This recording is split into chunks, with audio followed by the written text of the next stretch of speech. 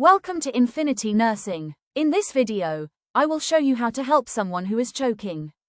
This can happen suddenly, while eating, laughing, or even talking, and it can be very dangerous. Choking blocks the airway, which means the person cannot breathe. If no one helps, the brain can stop working in just a few minutes. That's why it's very important to act fast. So, how do you know if someone is choking? They may not be able to talk. They may hold their neck. They might look scared or start turning blue. If you see this, help right away.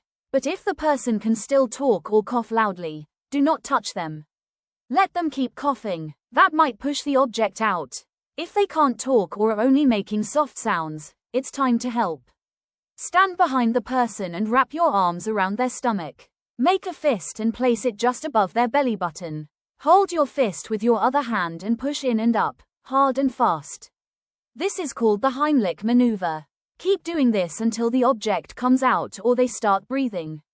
If the person is pregnant or very big, don't push on the belly. Instead, press on the chest, in the middle, and push straight in.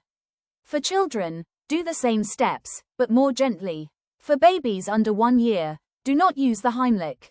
Turn the baby face down on your arm, give 5 gentle back slaps, then turn him over and give 5 chest pushes with 2 fingers.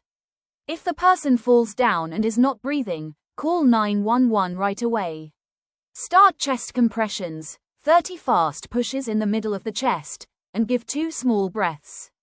Look in the mouth only if you see something. Never put your fingers in blindly.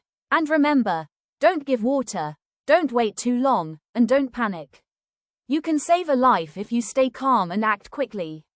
Thank you for watching. If you found this video helpful, please like, share, and subscribe to Infinity Nursing for more useful health tips.